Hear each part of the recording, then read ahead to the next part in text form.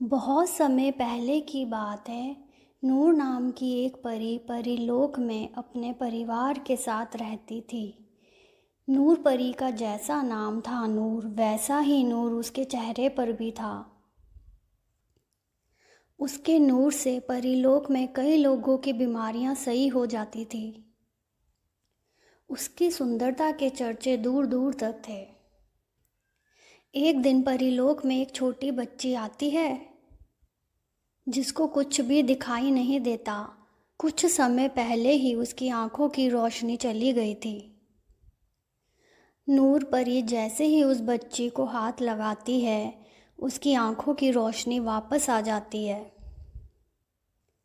जैसे ही बच्ची नूर परी को देखती है, वो बोलती है, नूर परी, आप तो सच में बहुत सुंदर हैं। आज आपकी वजह से ही मेरी आंखों की रोशनी वापस आ गई। आपका बहुत बहुत धन्यवाद। नूर परी बच्ची से कहती है, तुम किसके साथ आई हो? बच्ची बोलती है, नूर परी, मैं अपनी माँ के साथ आई हूँ। वो बाहर ही हैं। मैं उनको अभी बुलाती हूँ। वो भी आपको देखकर बहुत खुश हो जाएंगी। वो अपनी माँ को बुलाकर लाती है। जैसे ही उसकी माँ नूर परी को देखती है, वो देखती ही रह जाती है और बोलती है, नूर परी, अभी तक हमने आपके चर्चे ही सुने थे, आज आपके दर्शन भी हो गए। मेरा जीवन सफल हो गया। आपकी वजह से ही आज मेरी बच्ची की आंखों की रोशनी वापस आ गई। आपका शुक्रिया। और वो दोनों अपने घर की ओर चले जाते हैं। रास्ते में बच्ची अपनी माँ से कहती है, माँ, मैंने नूर परी को देखा तो देखते ही रह गई। वो कितनी सुंदर है। हाँ बेटा, मैंने भी सुना था, पर नूर परी को देखा आज ही। सच में बहुत सुंदर हैं वो। उनकी बातें पास में से जा रहा एक बाबा सुन लेता है और वो भी नूर परी को देखने के लिए परीलोक आता है। जैसे ही वो परीलोक आता है, उसे नूर परी कहीं भी दिखाई नहीं देती है। अचानक से उसे एक परी दिखाई देती है और वो सोचता है, शायद यही है वो नूर परी जिसके बारे में वो बच्ची बात कर रही थी। सच में बहुत सुंदर है ये परी तो। जैसे ही नूर परी की नज़र बाबा पर पड़ती है, वो हंसने लगती है। बाबा समझ नहीं पाता कि परी हंस क्यों रही है और नूर परी से पूछने लगता है, नूर परी, तुम हंस क्यों रही हो? नूर परी बोलती है कि आपके इतने बड़े कान देखकर हंसी आ रही है और आपकी नाक कितनी मोटी है, पकौड़े के जैसी, और ऊपर से आपका मुंह एकदम तरबूजे के जैसा। ये कहकर नूर हंसने लगती है और बाबा को गुस्सा आ जाता है और वो नूर परी को श्राप दे देता है। नूर, जिस रंग रूप पे तुम्हें इतना घमंड है, वो पत्थर है। मैं तुम्हें श्राप देता हूँ कि तुम पत्थर की बन जाओगी। हे भगवान, अगर मैंने कभी भी सच्चे मन से आपकी भक्ति की है, तो इस नूर परी को पत्थर बना दो। इतने में ही नूर परी पत्थर में बदल जाती है और नूर रोते हुए बाबा से कहती है, बाबा, मुझे माफ़ कर दीजिए। मैंने जानबूझकर आपका मजाक नहीं बनाया। मेरा इरादा आपको ठेस पहुंचाने का बिल्कुल भी नहीं था। अपना श्राप वापस ले लीजिए बाबा।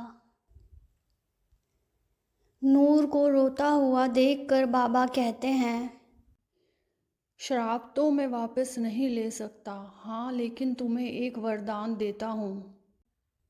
क्या बाबा? एक दिन स्वप्न लोक से एक राजकुमार आएगा और जैसे ही वो तुम्हें हाथ लगाएगा तुम वापस अपने पहले वाले रूप में आ जाओगी।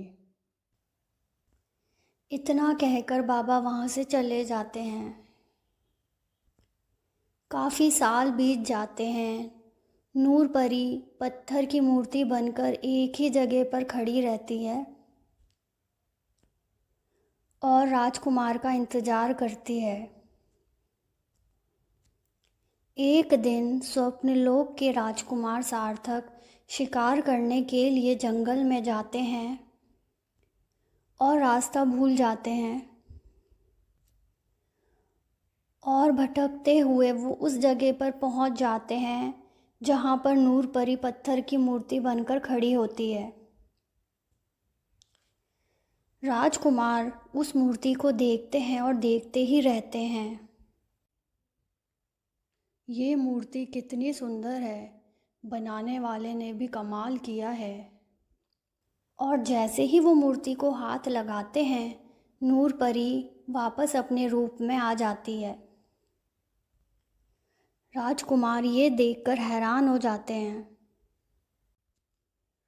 तुम कौन हो? मैं नूर परी हूँ। मुझे श्राप मिला था, इसलिए मैं मूर्ति बनकर कई सालों से इस जगह पर रह रही थी। पर आपने मुझे मेरी ज़िंदगी वापस लौटा दी। आपका बहुत बहुत शुक्रिया। तुम जैसी सुंदर परी को कौन श्राप दे सकता है? श्राप एक बाबा ने दिया था, पर उसमें बाबा की कोई गलती नहीं थी। सारी गलती मेरी ही थी। ना मैं उन्हें गुस्सा दिलाती और ना ही वो गुस्से में आकर मुझे श्राप देते। सारा कसूर मेरा ही था। राजकुमार नूर की ईमानदारी और मासूमियत से इतना ज़्यादा प्रभावित हो जाता है कि उससे शादी कर लेता है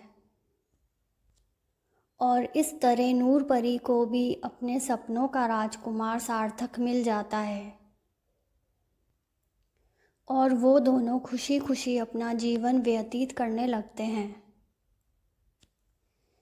इस कहानी से हमें ये सबक मिलता है कि हमें सोच समझकर ही किसी के बारे में बोलना चाहिए। हमें कभी भी किसी का दिल नहीं दुखाना चाहिए। इसी तरह की रोचक और मनोरंजक कहानियाँ देखने के लिए हमारे चैनल को सब्सक्राइब कीजिए और बेल आइकन का बटन भी दबा दीजिए ताकि आने वाली हर कहानी आप तक पहुंच सके।